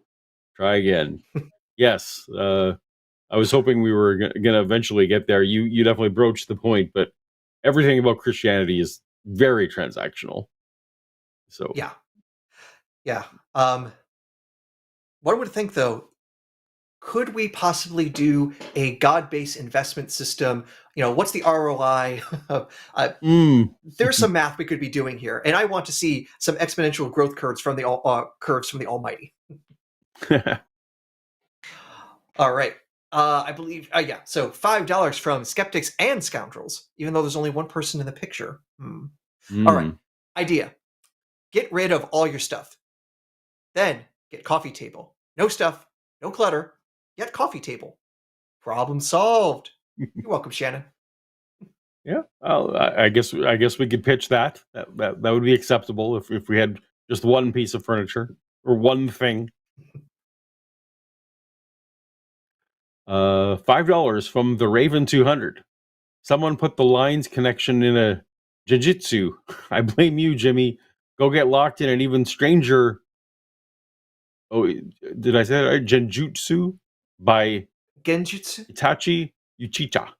Uchiha. These are words I'm not familiar with, unfortunately. If I was an anime fan, I would know more of these words. More manga than anything, because I know a little bit of this work, and it's their manga that's a little bit more horror themed and a little bit. Okay. The artwork is basically lots of like spirals and swirls and things like that is a big chunk of it. I think it was also recently turned into an anime on Netflix that had mixed reviews because they could clearly tell the last episode was animated with half the budget. Oh, shoot. But I do not know the details, so I might be overstepping. Fair enough. I need to get my kids in here for this super chat. Thank you, Raven. Appreciate you. All right. We got $5 from Credo Mott. Love is God. Wow, that was a rough landing, but both hosts landed Adam well. Glad Paul is alive after the ghosts, and to know he is an Oilers fan. Oilers, yes, the thing with the stick and the black thingy on the ice. That's right. I was going to brag that we beat Boston last week, but you probably don't really care. The thing is, I do care. So now those are fighting words. Now come here to Boston and I'll show you what's what. I've gone to a couple of Bruins games here in Boston, and I've enjoyed myself. But I'm not enough of a hockey fan to do that more than like once a year. Gotcha. You're familiar with Brad Marchand? I am not. He's your captain. Anyway, it doesn't matter. He's from around here, so there's a lot of Bruins fans where we live, partly because they have a Nova Scotia boy on the team, but also you're technically geographically the closest NHL team to me right now. So I say that I do have a bit of a soft spot for the Bruins. Okay. Yeah. And when I was growing up in the 90s, I do remember the Detroit Red Wings being a really awesome team, but also noticing, hey, half these team names, they're Russian. Do you remember so you don't remember the Oilers playing in Boston in the playoff game when the power went out? Nope. Completely in the old Boston Stadium there, the power just straight up went out. Man, they couldn't finish a game once. That was Yup. Anyway, is this one me? All right. I think so. Yeah, $4.99 from Sarah Christine. Aaron, do you think there's any chance the universe was born from some black hole-like state? I'm not sure, and I don't know where the latest research is on this, but it seems like for that to work, the ideas of white holes would have to be more fleshed out. And no, actually, let me back that up, actually. I remember Lee Smolin had an idea of basically black holes create new universes, and it also helps explain fine-tuning, because universes that produce more black holes that produce more universes, which creates a kind of a natural selection for universes with more black holes in them, and those universes also happen to have the parameters that are fine-tuned for life-making as well. They just happen to also make life while their main purpose is black hole production. But I believe, if memory serves, that sort of theory also predicts a certain scalar field, and we haven't found the experimental evidence consistent with that. So I'm going to say more likely no than yes, but I have no certainty. Like I say, to the previous caller, Sarah, hop in, get your PhD in physics, and help join the team so we can answer these hard questions. You're saying there's a chance. Yes. All right. 666 from this is you. Yes, go for it. Yes, yeah. So this is 666 from Squidward Q Sagan. I'm sorry, I need to say that. Squidward Q Sagan. Any episode with you both is great. Well, I'm taking that as a personal challenge for next time we host together to not make it great, just to prove you wrong. $20 Australian, maybe, from Tammy B. Don't read this super chat either. Oh man, we are not very compliant. We're incredibly non-compliant. $30, we'll try again. That's right. Yeah, try us again. We promise. We'll see. Yeah. All right. We got $10 from Mr. Boricua 10. I know I'm mispronouncing, and apologies for that. But the statement is, what a show this eve. Some tech issues caused by Paul here not getting a coffee table. Hashtag Team Coffee Table. Also, Dr. Adair. I'm sad we all couldn't discuss black holes. That's that good stuff. You know what's even better than coffee tables? Or sorry, quite the opposite. Only thing better than black holes is coffee tables. Now, if you get enough coffee tables, you might be able to form a black hole. So, one more reason, just one more.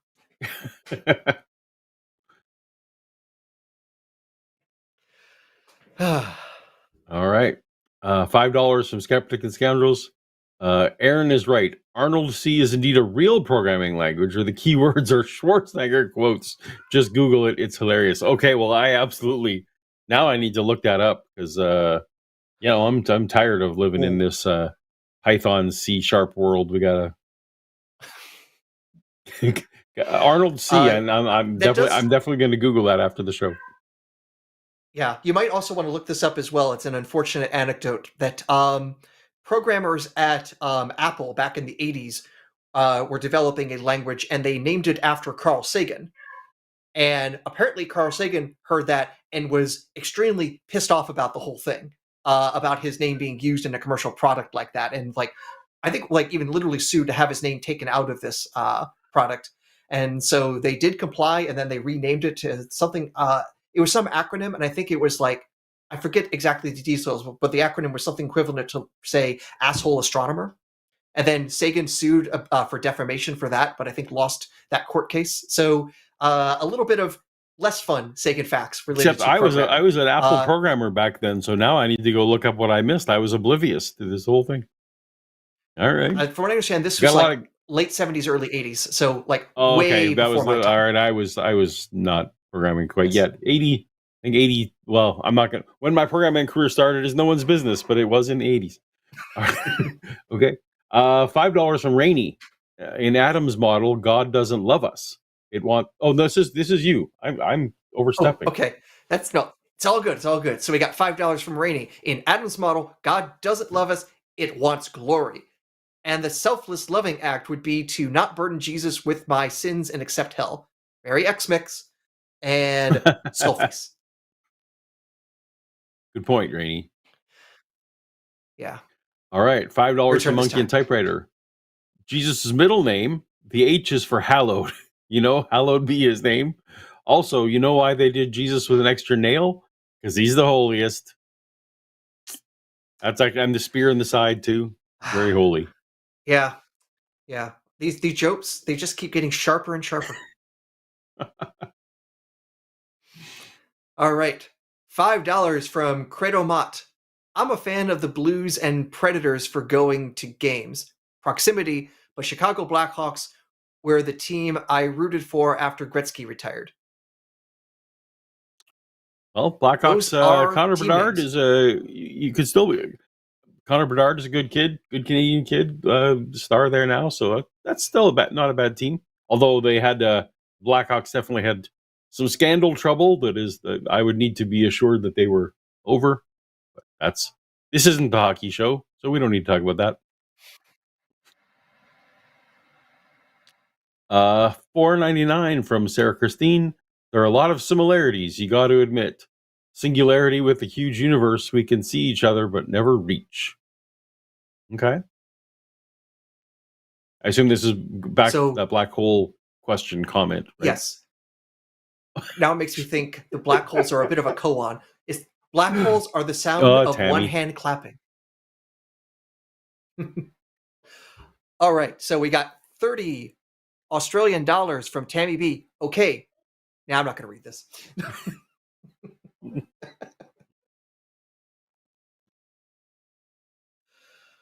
Thank you, Tammy. Thank you. Another one. Another one. So how are we proceeding here? $20 Australian for Tammy B. No, I guess we're being contrarian. So thank you for reading the previous chat, but don't read this one. We're just contrarians now. It's another way of saying we don't know what we're doing. That's okay. I shouldn't say that. Saying, we I can't have follow no idea what I'm doing. instructions. Yeah, we're just. Well, I'm. All right, so we made it through. Yeah, we are. Yeah. Oh no, we got more. We got more from $5 from President Starscream. I just called to say I love you. But what is love? Baby, don't hurt me. Don't hurt me. No more. Sorry. But love hurts and love stinks. Never mind. You keep this love. Therefore, God. I'm sorry. You, Starscream, you hurt me. You hurt me so bad. $5 from Credo Mott. Come on, Paul. Having super chats about hockey isn't the worst thing that happen on the line. No, it's not the worst thing that's happened. Not even the worst thing that's happened on the line today. But it's of limited scope. Although we had some limited scope calls today too, so it's all in theme. All right, we got $4.99 coming in from Sarah Christie. Go Bills! Say it. I guess I did. Go Bills.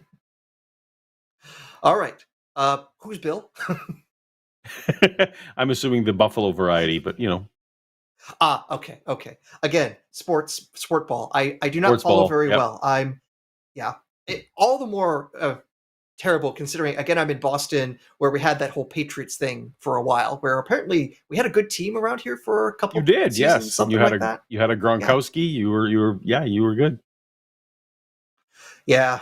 I mostly knew about it because I was still teaching high school at the time, and after the Patriots won and they had a parade, a bunch of my students all called in sick to go to the parade. What a coincidence.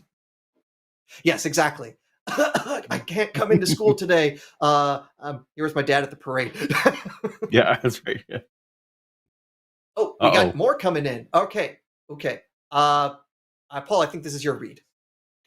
$5 from the Raven 200. You tried, Aaron. Nope. My super chat was straight up a Naruto reference. Naruto. All right. I apologize for being so egregiously wrong. Thank you, Raven. Appreciate it. All right. All right. Well, we should sign So- off before we get more super chats. Yeah, but I guess we should Naruto run away from the show. All right. Merry All right, Christmas, so, everybody Paul. who celebrates those things. Yeah, and Paul, it was fun to do this tonight. And reminder, we will be having a Christmas stream on Wednesday. When is it going to happen? Stay tuned. Paul, stay warm, stay merry, and let's have some good stuff in the new year. Later. Thank you all for tuning in. Thank you to our patrons listed on the side. You could be one of them if you also go to the patron website where we are listed. And of course, the crew, the mods, the cleaners, the reason the show goes on, especially when Thank you so much. someone